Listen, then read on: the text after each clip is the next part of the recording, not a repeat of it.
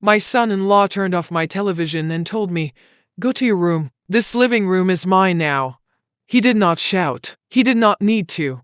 The screen went black. The room felt smaller. My daughter stood beside him. She said nothing. She did not look at me. For a moment, I thought about arguing. I thought about reminding him whose house this was, but I stayed quiet. I picked up the remote. I stood up slowly, and instead of fighting, I made a different decision, because the next morning, a man would knock on that door, and everything would change. Hello, my dear friends. I am truly grateful that you are here with me today. If stories about family, dignity, and quiet strength speak to your heart, please take a moment to like this video and subscribe to the channel. It helps this small space grow, and it allows more people to hear stories like this one. Tonight's story is not about anger. It is about calm courage. It is about knowing your worth. So sit back, take a deep breath, and let me tell you what happened the night I chose silence and power. I am 68 years old. My name is Margaret Collins. For 35 years, I worked as a county records clerk. I handled property deeds, titles, ownership papers, quiet documents that most people never think about until something goes wrong. It was careful work, slow work, honest work. I liked it that way. My husband, Daniel, used to say I was the most organized woman he had ever met. He would laugh when I labeled folders at home the same way I labeled them at the office. Margaret, he would tease, even our spice rack has a filing system. I would smile and tell him that order brings peace. Back then, this house was full of warmth. Daniel built the bookshelf in the living room with his own hands. He planted the maple tree in the front yard the year our daughter Emily turned 10. Every corner of this house carries his fingerprints even now. When Daniel passed away, the house became very quiet, too quiet. Grief is a strange thing. It does not shout. It settles into the walls. It sits at the kitchen table with you in the mornings. It follows you down the hallway at night. For a while, I moved slowly through my own rooms, as if I were a guest in someone else's home. Emily worried about me. She called often at first. "Mom, are you eating properly?" "Yes, sweetheart." "Mom, are you sleeping?" "I am trying." She lived across town with her husband, Jason Miller. They had been married 5 years at that point. No children yet. Both working, busy lives. One Sunday afternoon, they came over for dinner. I remember that day clearly. The sky was pale blue. The maple tree in the yard was just beginning to turn red.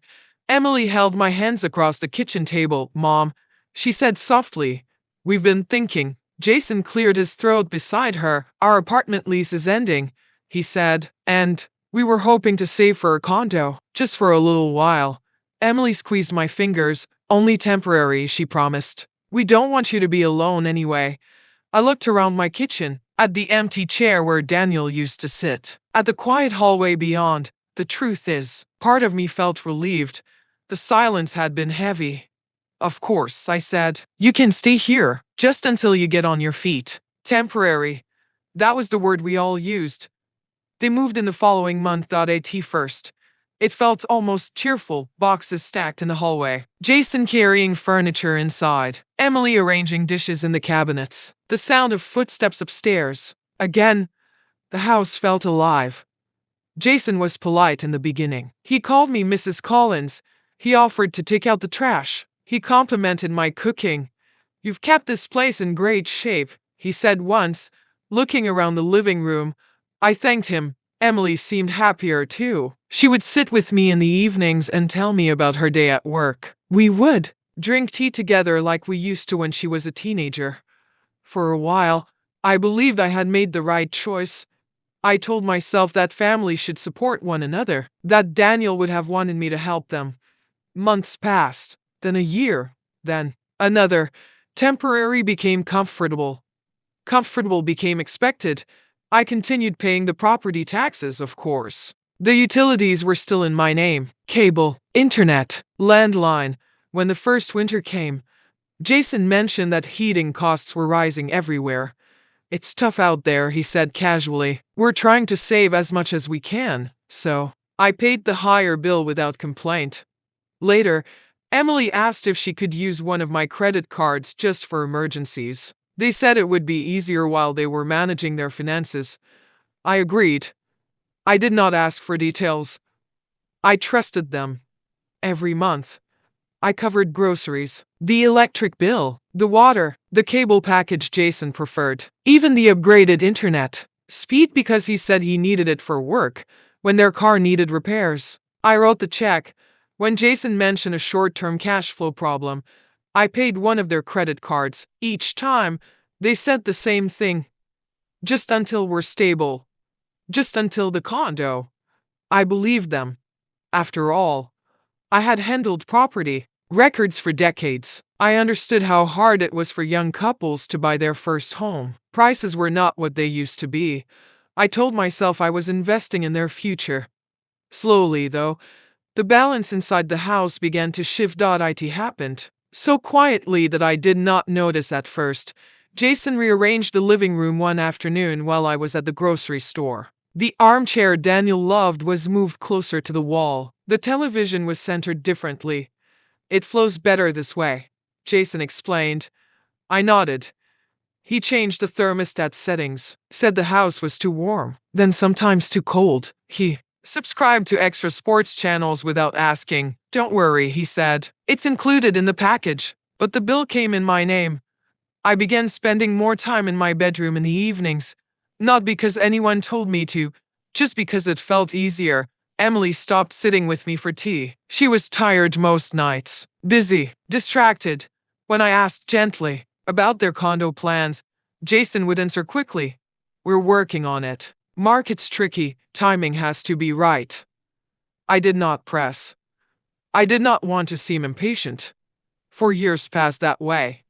4 years of small adjustments. 4 years of stepping aside. I still remember the first time I noticed the total amount I had spent supporting them. It was late at night. The house was quiet. I was reviewing my bank statements at the kitchen table. I added up the utilities, the groceries, the car payments I had covered, the credit card balances I had quietly paid off. It was a large number, larger than I expected. But I told myself something simple. They are my family. And so I closed the folder. There is something that happens when you try to keep peace for too long. You begin to shrink, not in body, in spirit. I stopped inviting my friends over. It felt awkward. The living room no longer felt fully mine. I lowered the volume on the television when Jason was home. I did not want to disturb him. Sometimes I would reach for the remote and then pull my hand back. Small things. Very small things. But they add up. Emily's silence became heavier over time. When Jason made sharp remarks, she would look down at her phone. If he dismissed one of my suggestions, she would stay quiet. I do not think she meant harm. I think she was tired, or afraid, or simply used to it. Still, silence has weight. And in my own house, I began to feel like a visitor. I never told anyone how lonely that felt. I would sit in my green armchair in the evenings, watching whatever program happened to be on. Sometimes I would not even follow the story. I just needed the sound. The maple tree outside had grown taller over the years. Its leaves brushed against the upstairs window in the wind. Daniel used to say that a home is not just wood and paint. It's protection, he told me once. It's dignity. I held onto those words quietly, because deep down, something inside me had started to wonder. Had I given away more than money? Had I slowly given away my place? But every time the thought rose, I pushed it aside. Peace, I told myself, is more important than pride. I believed that until the night everything changed, until the night the television went dark, until the night my son-in-law told me to leave my own living room. That night did not come out of nowhere. It grew slowly, in silence, over 4 long years, and when it finally arrived, I was no longer the same woman who had said, "Of course," just temporarily. I was still calm, still quiet. But something inside me had begun to wake up. At first, the changes inside the house felt harmless. Jason said he liked things a certain way. I told myself that young people always do. One Saturday morning, I came downstairs and found him measuring the wall in the living room. "What are you doing?" I asked gently, thinking about mounting the TV. He replied, "It'll look cleaner." Cleaner. That word stayed with me. The television had always sat on a wooden stand Daniel built years ago. It was sturdy, simple, solid, but by afternoon, the stand was pushed to the side. The television was on the wall. Jason stood back, arms crossed, satisfied. "See?" he said. "Modern." I nodded. It was still my house, but it no longer felt arranged by my hands. Small things began happening more often. He replaced the curtains in the living room without asking. Dark gray instead of soft cream. They blocked glare, he explained. The room felt dimmer after that. He changed the light bulbs too, brighter white ones. Said warm lighting was outdated. The house began to feel less like a home, and more like a showroom I did not recognize. I did not argue. It seemed easier to adapt than to resist. Then the television habits changed. In the evenings, I used to watch the news at 6. It had been my routine for years. But one night, when I reached for the remote, Jason spoke first. "Game starts at 6, he said. "Big one." I paused. "Oh, of course." He did not say thank you. From then on, the remote rested closer to him.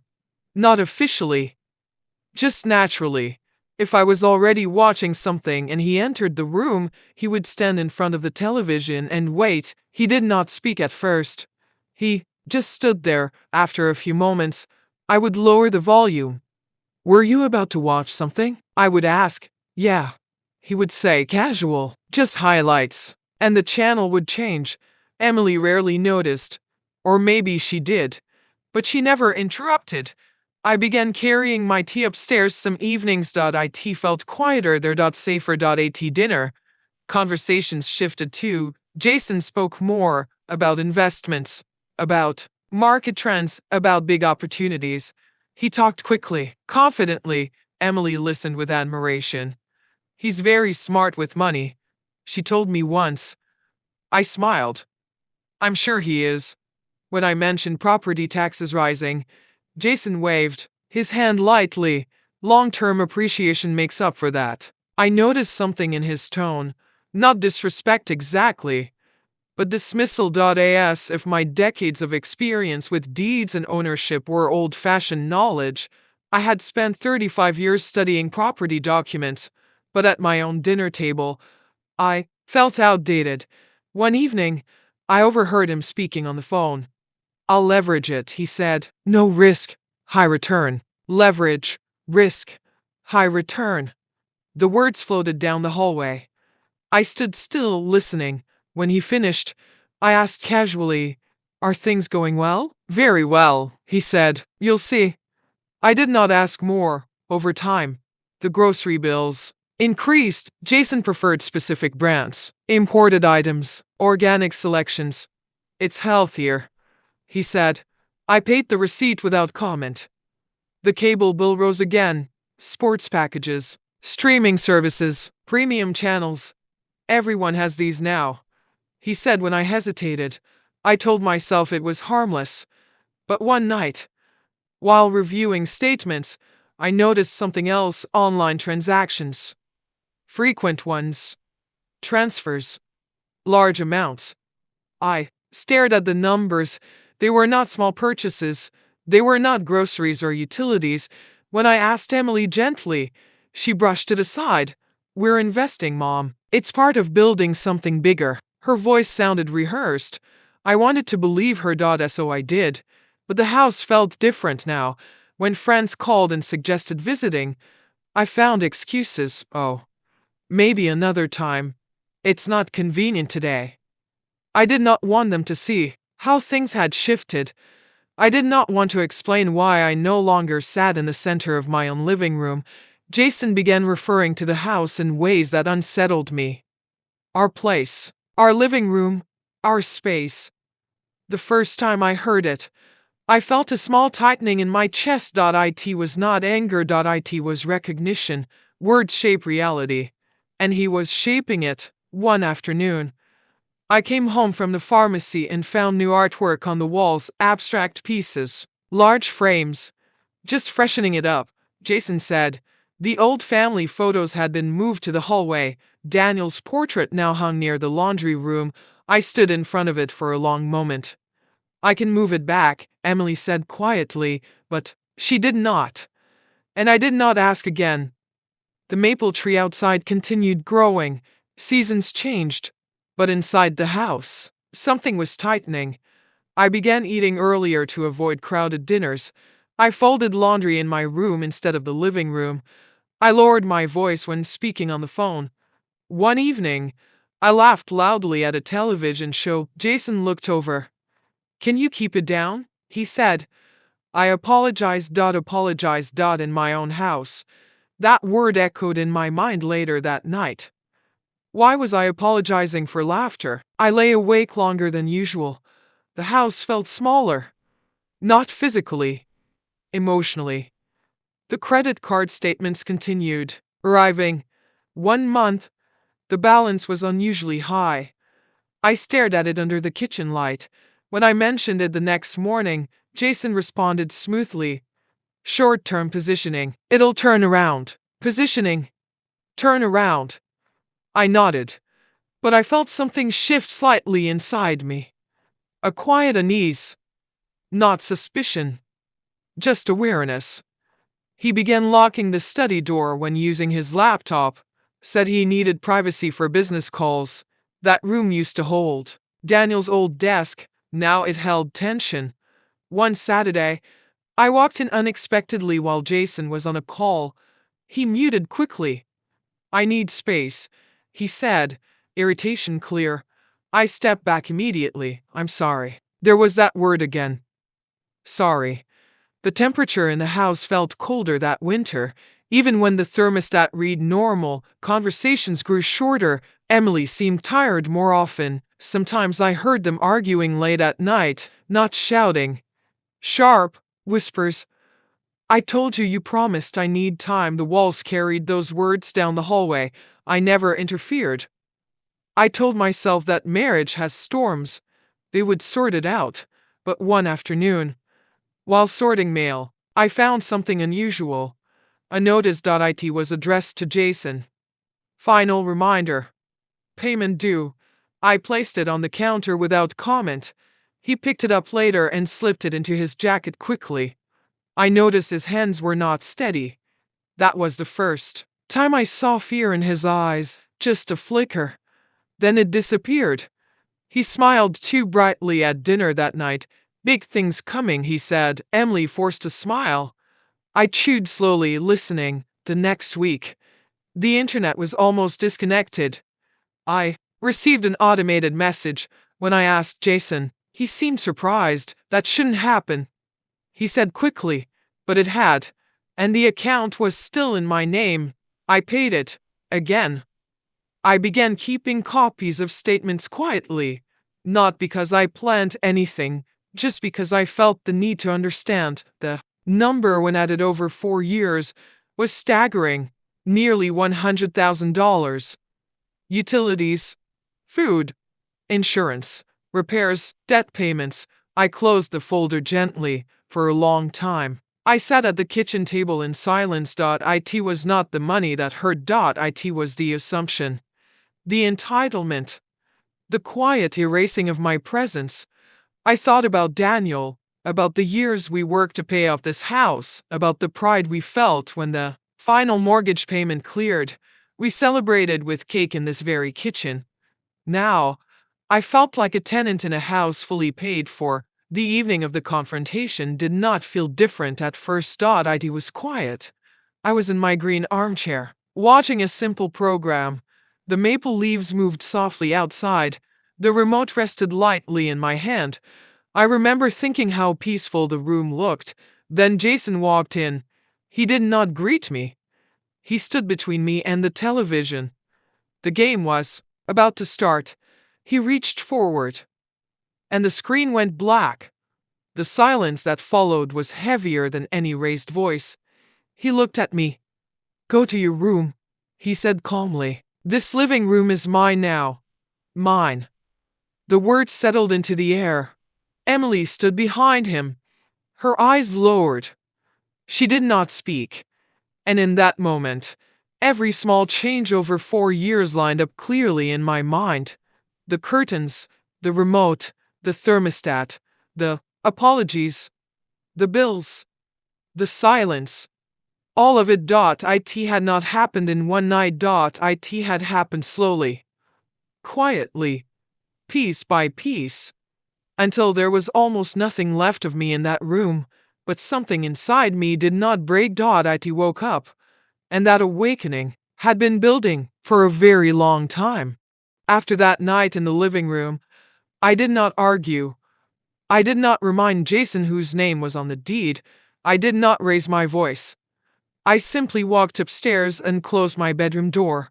But I did not sleep. I sat at my desk and opened the drawer where I kept my bank statements. For years, I had handled numbers calmly. Numbers never frightened me. They tell the truth when people do not. I laid the papers out in careful stacks. Electric bills, water bills, cable, internet, insurance, groceries, car payments, credit card balances. 4 years of temporary. The house was fully paid off long ago. Daniel and I had made sure of that before retirement. There was no mortgage, no lien, no shared ownership, only my name.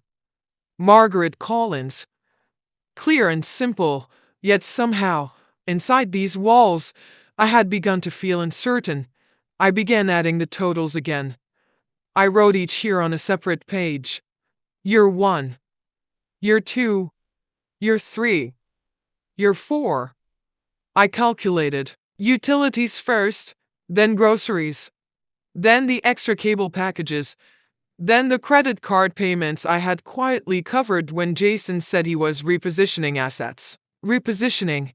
The phrase echoed softly in my mind. When I finished adding everything together, I sat very still. The number was close to $100,000. 100,000. I stared at it for a long time. That amount could have paid for renovations, travel, medical security, peace of mind. Instead, it had slowly disappeared, not stolen. Given without questions, given without boundaries. I pressed my hand against the table to steady myself. It was not the money itself that made my chest tighten. It was the realization that I had allowed myself to shrink in exchange for harmony. Harmony that did not exist. I thought back to the condo conversations. Jason had spoken with confidence. We're close, he would say. Just a few more months. The market is about to shift. Emily would nod beside him. I believed them because I wanted to believe them. A mother wants her daughter to be stable, secure, safe. But something had been wrong for a long time. I opened my laptop and reviewed the online statements more carefully. There were transfers to brokerage accounts, frequent ones, large amounts, then withdrawals, then new deposits, then sudden credit usage. I did not need to be a financial expert to recognize instability.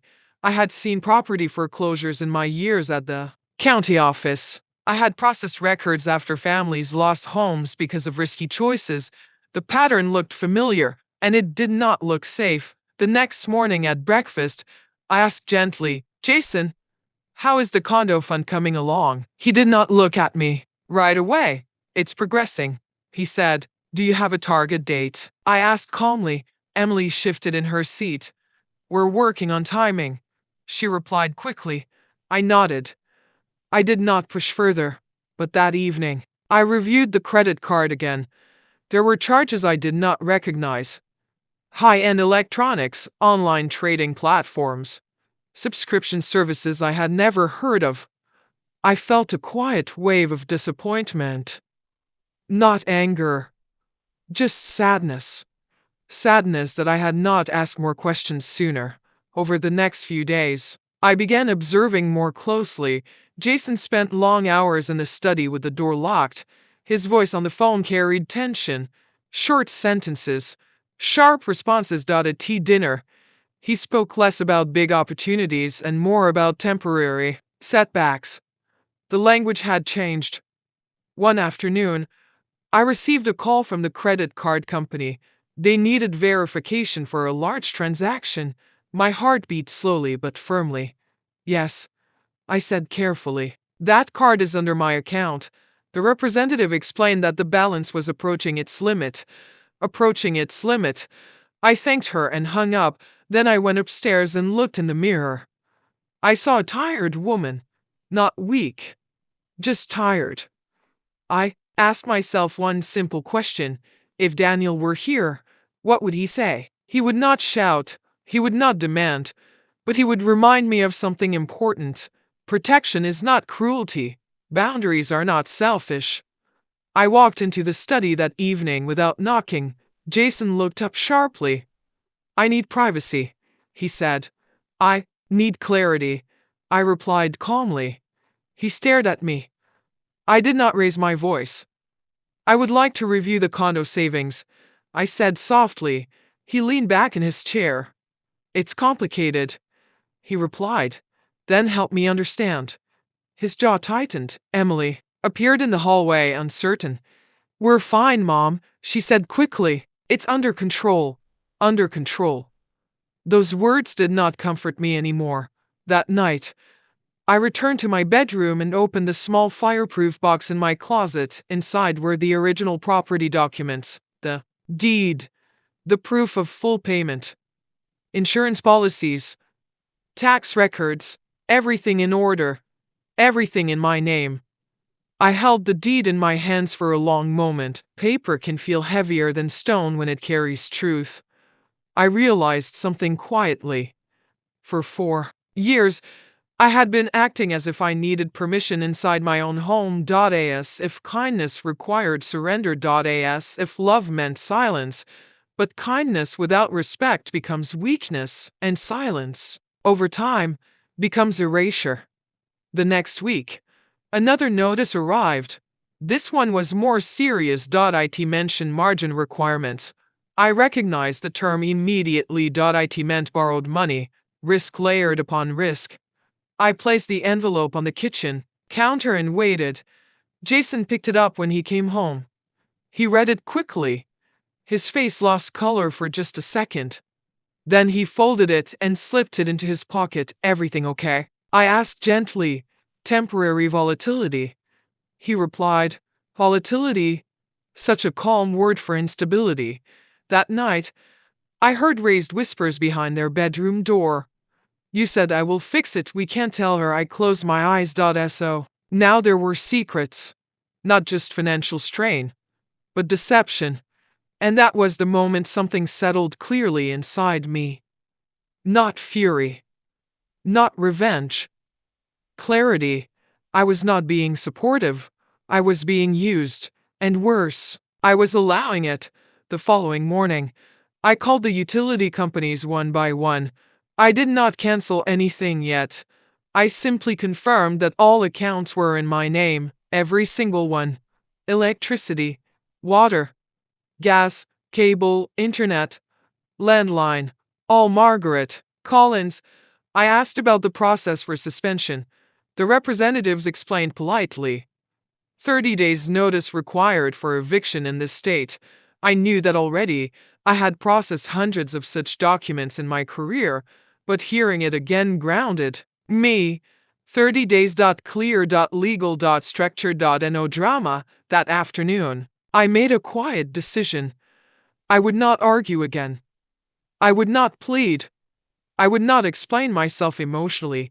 I would respond legally, calmly, with documentation. I opened my phone contacts and scrolled to a familiar name, William Sterling. We had worked together for decades. He handled property disputes, estate planning, tenant law. He knew my work. He knew my integrity. I had not spoken to him in years. My finger hovered over the number. Then I lowered the phone. Not yet. I needed one more confirmation. That evening, I asked Jason directly, how much have you saved for the condo? He hesitated. It's tied up in positions. He replied, how much? I repeated gently. He named a number. It sounded confident, but it did not match the statements I had seen. Not even close. Emily looked between us nervously. We're fine, Mom, she whispered. Fine. I smiled softly.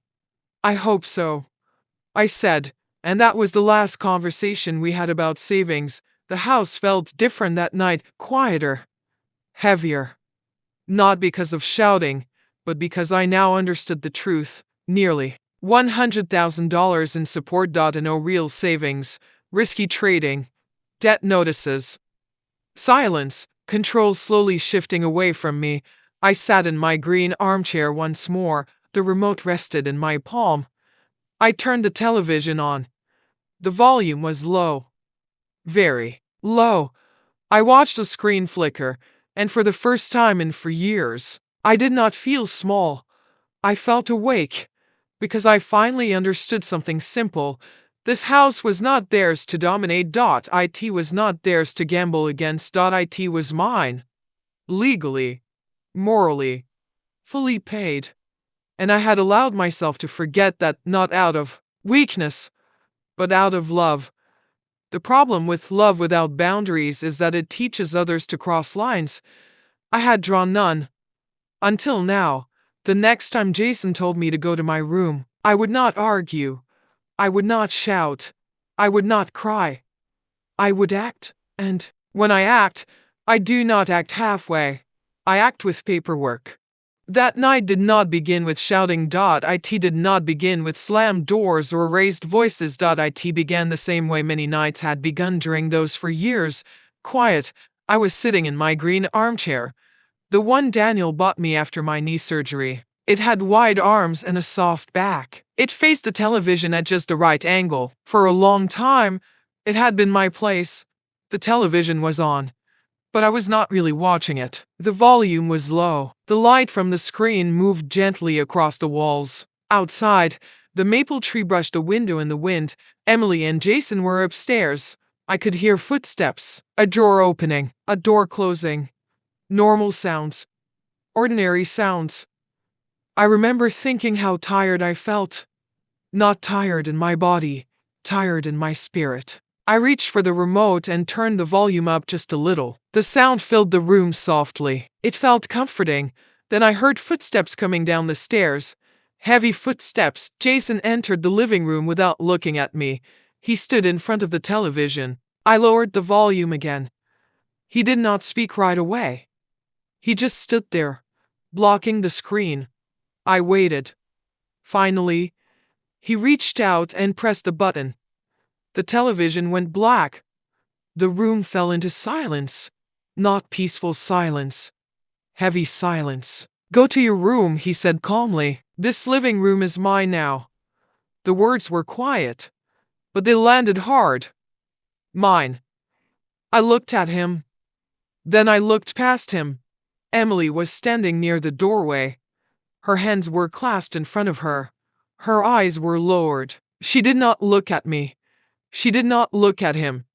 She did not speak. That silence hurt more than his words. For a brief moment, 1,000 thoughts passed through my mind. I could tell him the house was in my name. I could remind him that I had paid for everything. I could ask Emily why she would allow this. I could cry. I could shout. But I did none of those things. Instead, something very quiet happened inside me. A click. Like a lock opening. I realized something simple. This was no longer about respect. This was about control. And I had already lost too much by staying silent for the wrong reasons. I stood up slowly. My knees were stiff, but I did not rush. I placed the remote gently on the arm of the chair. Jason watched me. He looked confident. Certain. As if he believed the moment was finished. As if I would disappear upstairs and accept my place. I did not say a word. I walked past him. Up the stairs. Down the hallway. Into my bedroom. I closed the door behind me. The house felt very still. I sat on the edge of the bed for a moment. I listened. No one followed me. And no one knocked. And no one apologized. That told me everything I needed to know. I stood up and went to my closet. On the top shelf was a small metal box, fireproof, heavy. Inside were documents I had not looked at in a long time. Not because I did not know where they were, but because I trusted the people living under my roof. I opened the box. Inside were the original property deed, the proof of full payment, tax records, insurance policies, everything in order, everything clean, everything clear. I held the deed in my hands. My name was printed at the top, Margaret Collins. Sole owner. No conditions. No shared rights. No exceptions. I ran my fingers along the paper. This was not just a document. This was 35 years of work. This was sacrifice.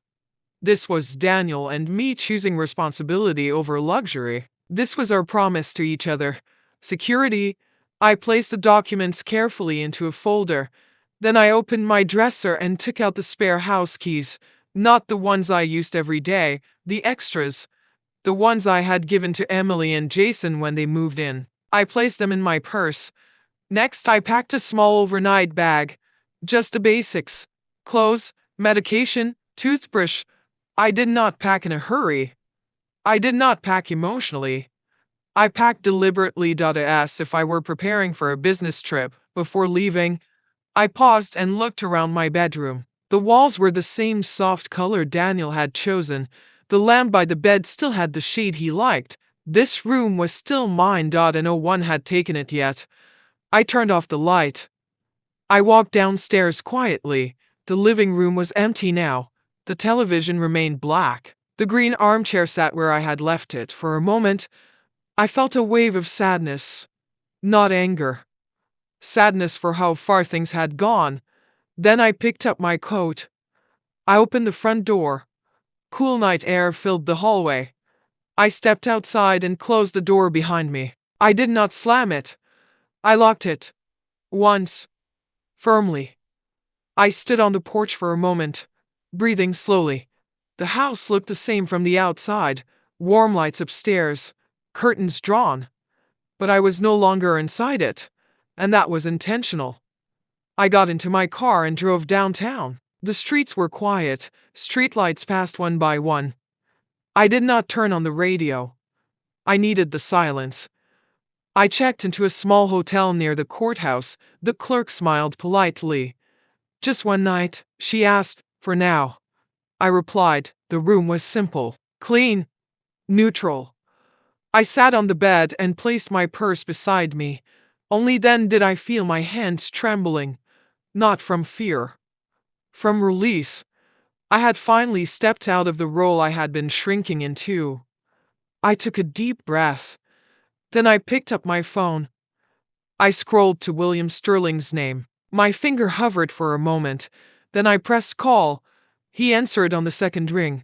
Margaret. He said, surprised but warm. It's been a long time. Yes, I replied. It has.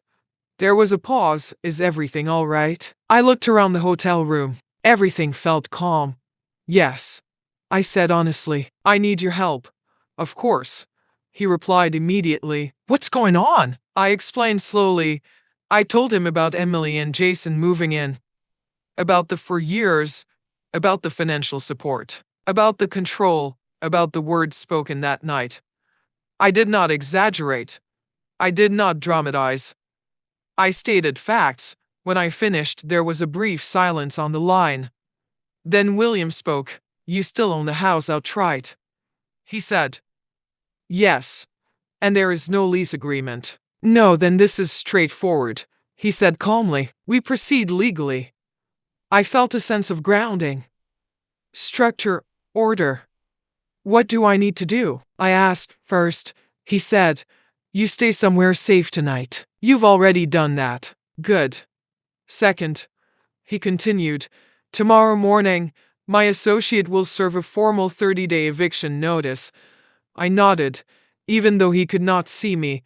And during those 30 days, I asked, you are not required to provide utilities or financial support, he said. We'll handle communication through the office.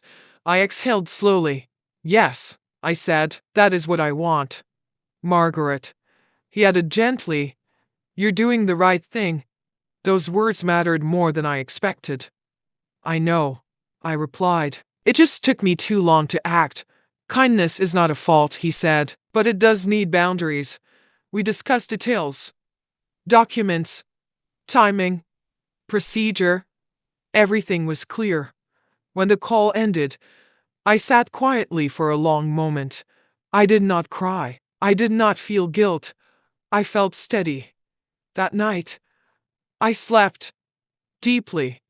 The next morning, sunlight filled the hotel room. For the first time in years, I woke up without tension in my chest. I made coffee in the small machine by the window. I watched people walk past on the street below. Life continued. 89 o'clock. My phone rang.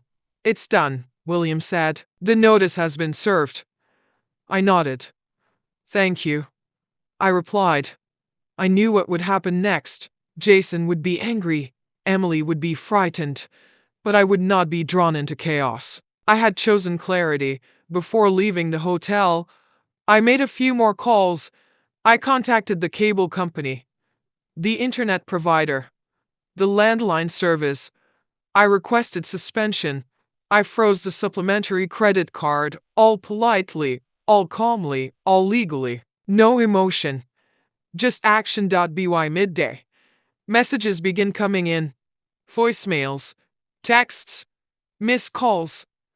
I did not listen to them. I forwarded everything to William's office. That boundary was now in place. That night, I returned to the hotel room again. I sat on the bed and thought about the house, about the green armchair, about the remote, about the maple tree outside the window. I had not lost my home. I had stepped back in order to reclaim it. And for the first time in 4 years, I understood something clearly. Silence can be weakness, but silence can also be strength. That night, my silence had teeth, and it would change everything. The next morning, I woke early in the hotel room. The sun had just begun to peek over the city rooftops, soft light spilling through the blinds. I made coffee and sat quietly by the window, my hands wrapped around the warm mug. I watched people walk by below. Some were rushing, some walking slowly, enjoying the morning. Life moved forward, even when everything inside me had felt stuck for long years. Then my phone rang. Margaret. William Sterling's voice was calm and steady. It's done. The notice has been served. I nodded, even though he could not see me. Thank you, I said softly. I appreciate you handling this so quickly. Of course, he replied. Everything is in order. From this point, all communication goes through the office. No direct interaction. I'll handle any issues or threats. I exhaled slowly. That was exactly what I wanted. No more chaos. No more walking on eggshells.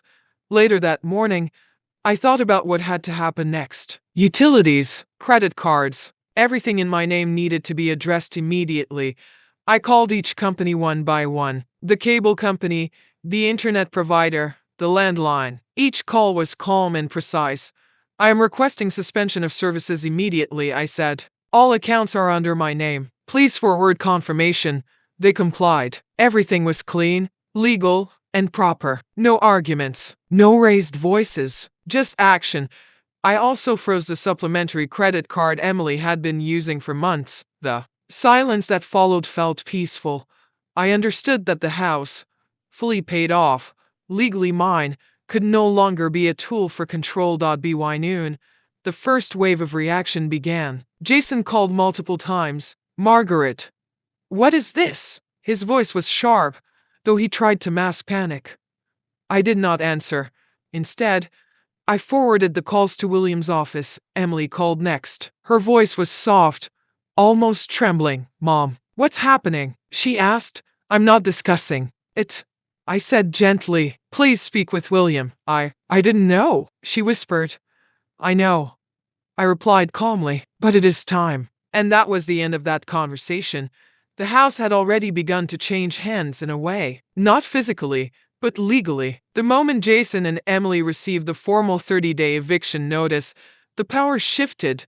William explained the next steps clearly. If there was resistance, threats, or harassment, everything would be documented. He assured me that the law was on my side, That afternoon, I made another quiet realization. I had spent 4 years shrinking, apologizing, and tolerating disrespect. I had covered nearly $100,000 of expenses. I had given silently, quietly, because I thought that love and family required sacrifice. But this was not love. It was control. And control does not deserve kindness. That evening, I sat in the hotel room, reflecting on the patterns I had seen for years. Jason's casual changes, the TV, the curtains, the thermostat, the light bulbs, Emily's silence, her lowered eyes, her quiet acquiescence, the financial transfers, the increasing bills, the constant temporary promises, the way they had slowly erased my presence in my own home. It all made sense now, and for the first time, I felt a strange sense of calm. Not triumph, not anger, calm, because I had acted, not through emotion, but through clarity. I did not return to the house immediately. That night, I reflected on how many times I had been silenced, how many times I had deferred, how many times I had apologized for existing. I realized something profound.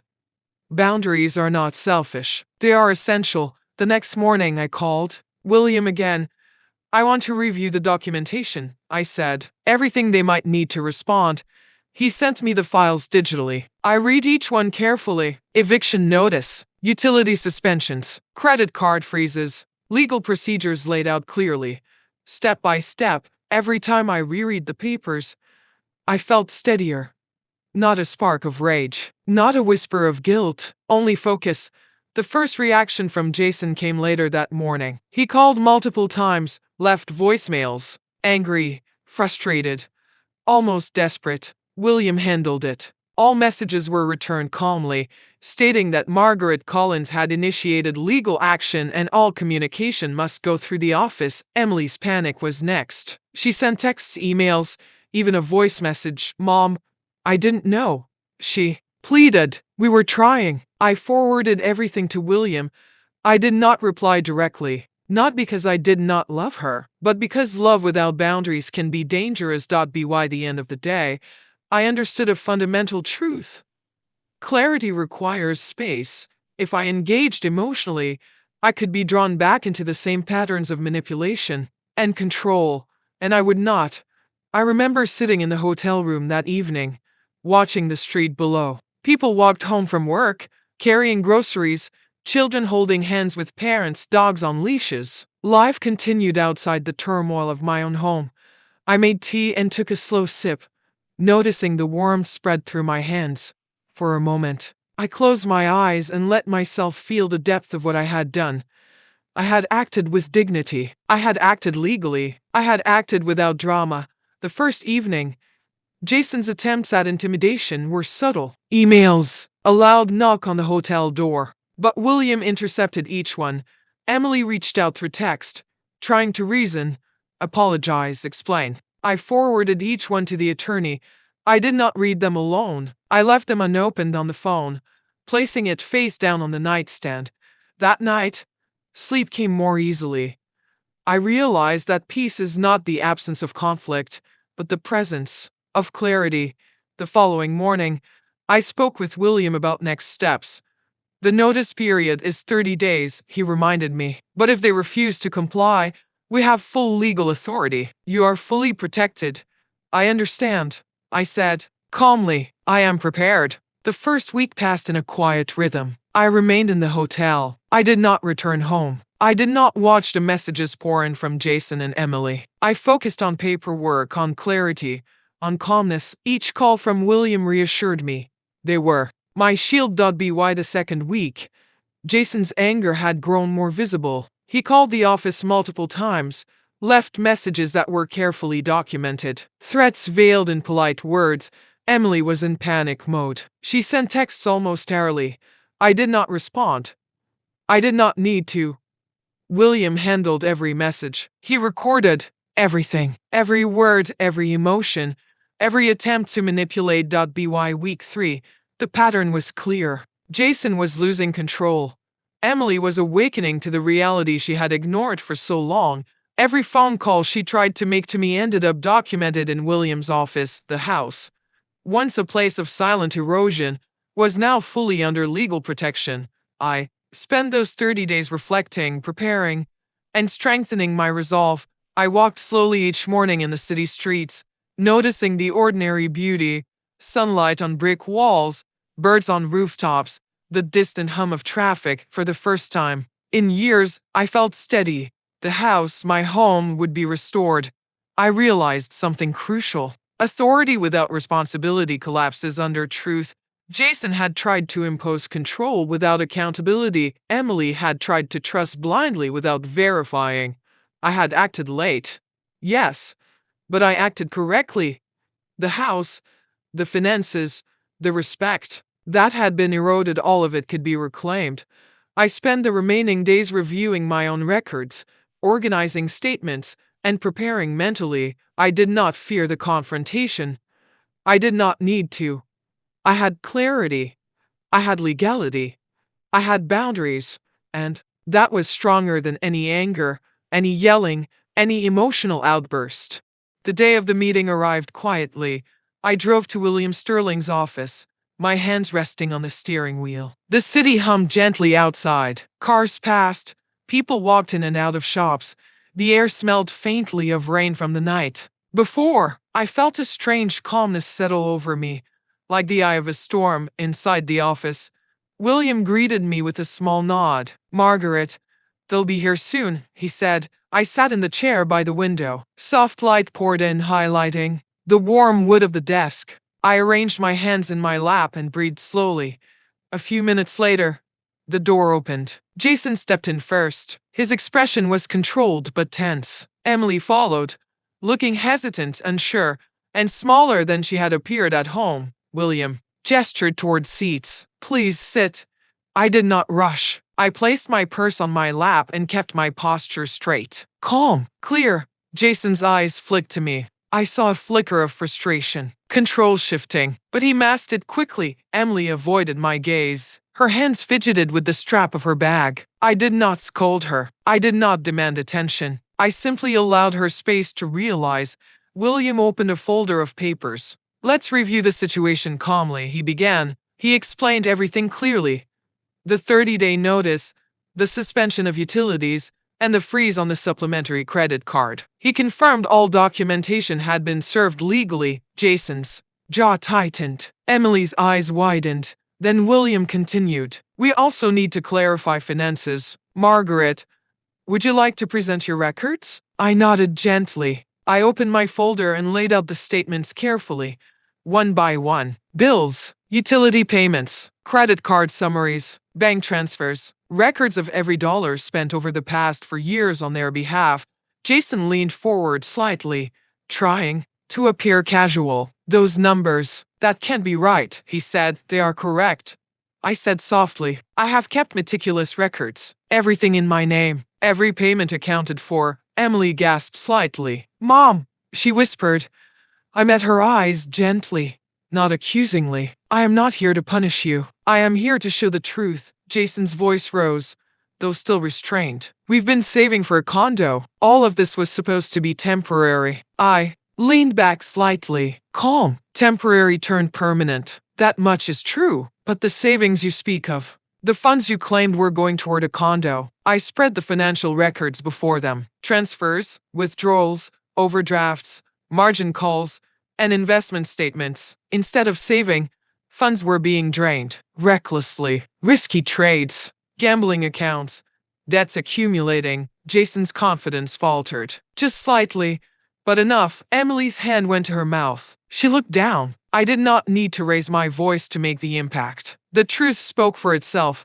William interjected softly. "Jason, as you can see, all documentation is clear. There is no room for dispute regarding the legal and financial facts." Jason's eyes darted to Emily, then back at me. We were just, the market is not the point," I said quietly, cutting in before the excuses could continue. "The point is the house, the money, and respect. They are mine to protect, not yours to control." Jason swallowed. Emily stayed quiet. I continued. "I have given, supported, and tolerated for years. All of it legally under my responsibility, and all of it has been met with disregard for boundaries. I took a deep breath. Jason, Emily, here are my terms. Jason's jaw tightened. I could see his mind racing, looking for a way to argue. 30 days to vacate. I said clearly, no utilities restored, no financial support. Any threats or intimidation will be documented and handled legally. Communication is through William's office. Jason's face turned red, but I did not flinch. I did not raise my voice. I did not make a scene. Emily's eyes filled with tears. She whispered, "Mom, I didn't know." "I know," I said, softly, "and that is why I am not angry at you. I am giving you space to make your own decisions." I paused. I looked at both of them. If a marriage depends on a house and money, it is not a marriage. It is a hostage situation. And I will not allow my home to be used this way. Jason clenched his fists under the table. Emily shook her head slowly, understanding for the first time what had been happening all along. William leaned back. "That concludes the legal explanation. Any questions will be directed through our office." Jason's silence spoke louder than any words. Emily finally spoke. I understand now," she said. I should have seen this sooner." "You are not at fault for trusting Emily," I said quietly, "but you are responsible for learning from it." The room was heavy with quiet reflection. I did not celebrate. I did not gloat. I simply sat, calm, clear, steady. Jason attempted to argue further. "This isn't fair. You're doing this now. After all these years." "I am not doing anything," I said softly. "I am protecting what is mine, what Daniel and I built together, and what you have repeatedly disregarded." Emily's hand found mine across the table. I did not pull away. She squeezed it lightly, silently thanking me. William stood. "We will document everything. Margaret's terms are legally binding. Compliance is required." Jason looked around, realizing he had no leverage left. His excuses, his threats, his confidence, all of it crumbled under the weight of evidence. I did not feel satisfaction. I felt quiet relief, relief that boundaries had been restored. That respect, finally, was no longer optional. Emily's eyes met mine again. I will do what you say," she whispered. "Yes," I said softly. "And remember, this is not punishment. This is clarity. This is fairness. This is life lived honestly." Jason said nothing more. We left the office without further discussion. I walked slowly, aware of the weight lifted from my shoulders. Outside, the city felt different. Lighter, softer. The sky was bright. The wind carried a faint scent of rain from the previous evening. I breathed deeply. I had acted calmly. I had acted legally. I had acted decisively. The house, my home, would soon be mine again, and the quiet lesson, the one that would stay with Emily, was already beginning to take root. Ownership is not just about money or deeds. It is about respect, boundaries, and clarity. After the meeting at William Sterling's office, a quiet shift began to take place. I returned to the hotel that evening and sat by the window, watching the city lights flicker against the dark sky. For the first time in years, I felt a strange stillness inside me, not anxiety, not fear, just clarity. Meanwhile, back at the house, Jason's calm facade began to crumble. Emily called me that night. "Mom, I don't know what to do," she whispered. Her voice trembled. He's panicking. Everything is falling apart." I listened quietly, letting her speak. I did not scold. I did not explain. I simply let her release the fear she had been holding in for months, for years even. I didn't see it before," she continued. "The bills, the overdrafts, the margin calls. I thought he was careful, responsible. I trusted him."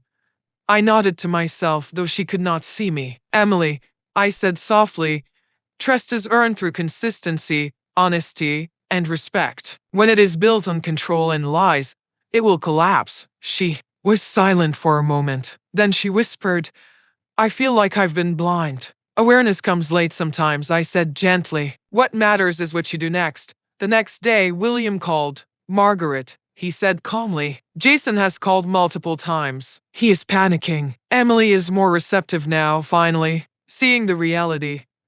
I closed my eyes and breathed slowly. This was exactly what had to happen. The legal action was not just about reclaiming my house, it was about clarity, awakening, and boundaries. Over the following days, I received intermittent messages from Emily. At first, they were frantic, apologetic, full of panic. "Mom, I don't know how he will react," she typed. I replied calmly once, "Speak only through William."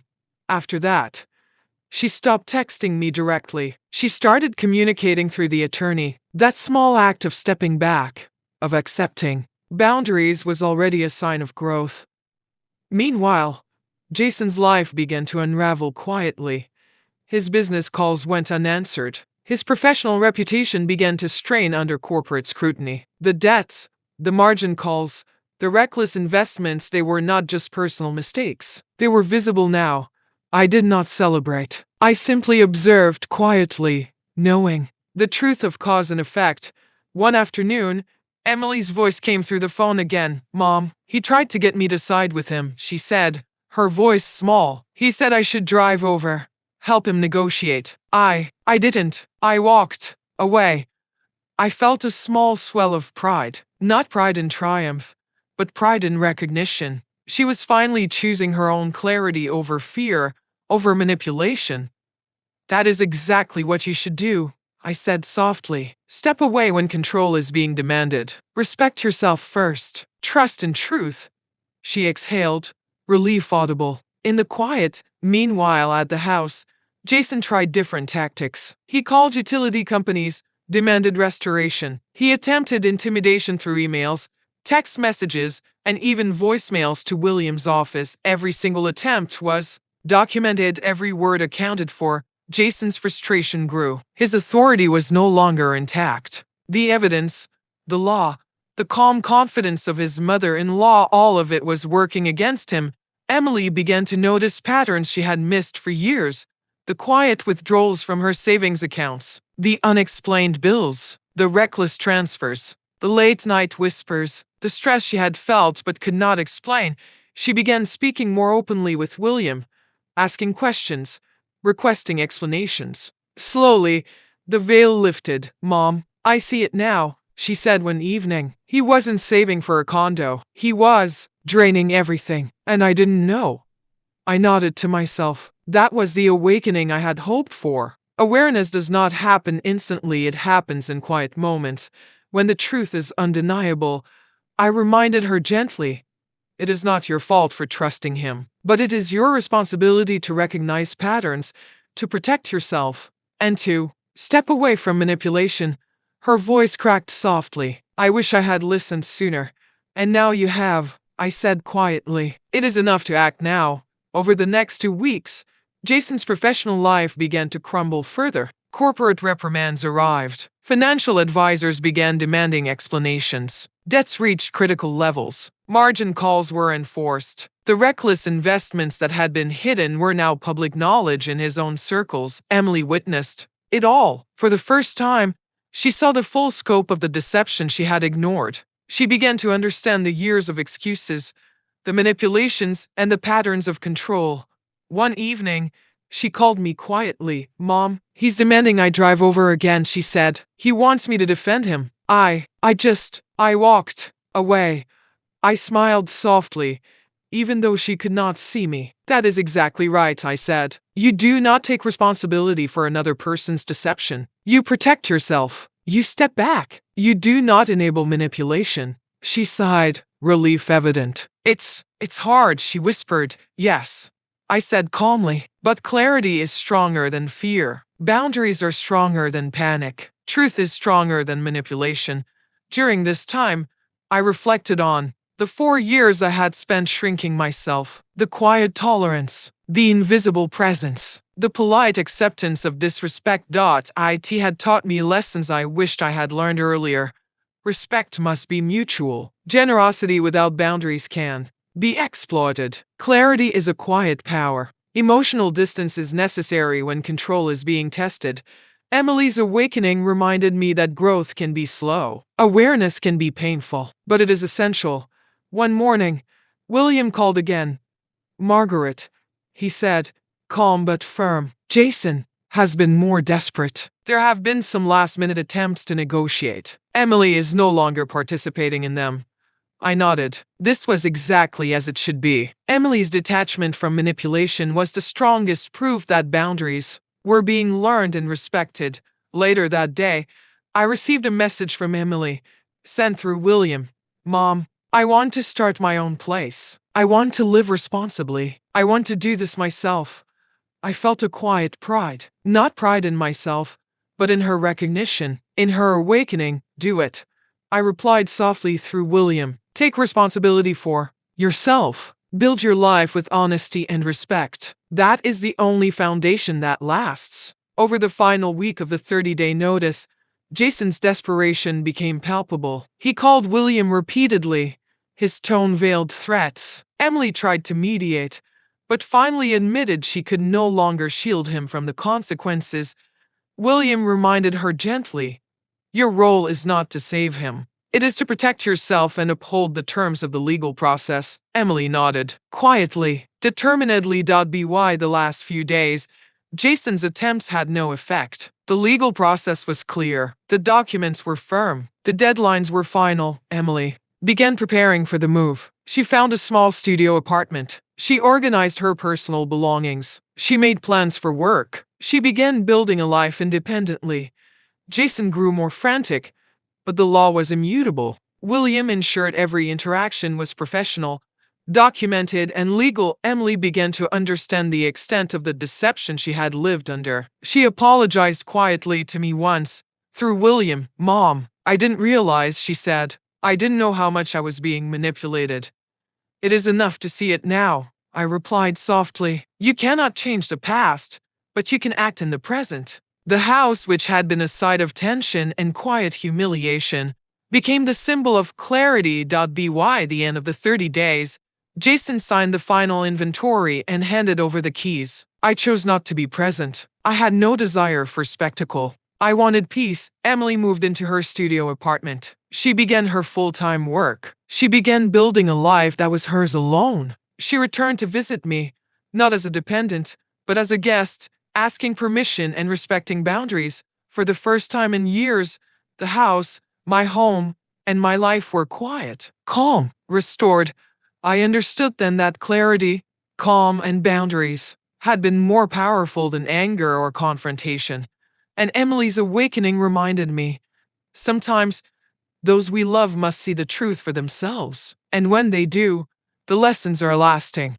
The day I returned to my house was quiet, almost eerily so. The driveway was empty. No car in Jason's spot. No sound of televisions blaring. No footsteps echoing across the floorboards. I carried the spare keys in my hand, the ones I had packed in my purse when I left that night 4 weeks ago. The metal felt cool against my fingers, solid, real. I unlocked the door slowly. The familiar click sounded almost ceremonial. The house felt different, stale, silent, empty. Walking into the living room, I noticed the marks first. Scuffs along the walls, scratches in the wooden floors, dents in the furniture where things had been moved roughly or dropped carelessly. I paused in the doorway and simply looked. The space I had loved for decades now bore the marks of neglect and disregard.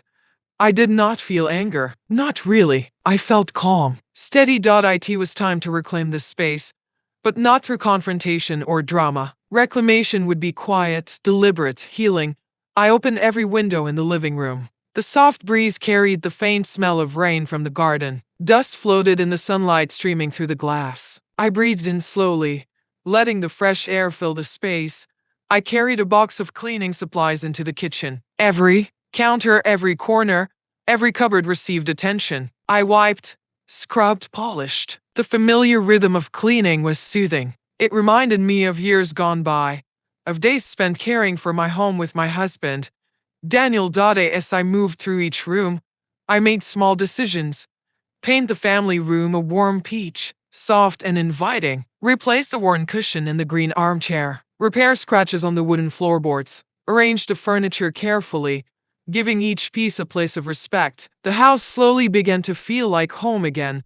I stopped occasionally to sit in the green armchair, the one that had been my refuge during years of quiet tolerance. I adjusted the remote, feeling its weight in my hand. The television worked perfectly. For the first time in years, I controlled the sound, the brightness, and the space itself. I took a deep breath. Ownership is not just about keys or deeds. It is about the right to choose who sits at your table, who walks through your doors, how loud the music plays. The restoration was not just physical, it was emotional.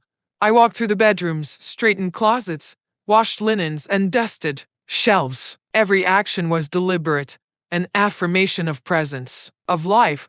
When I reached the dining room, I paused. The table had been a place of meals, conversations, arguments, and quiet evenings. Now, it was empty. I cleaned it carefully, placing a simple vase of fresh flowers in the center, a symbol, I realized, of renewal.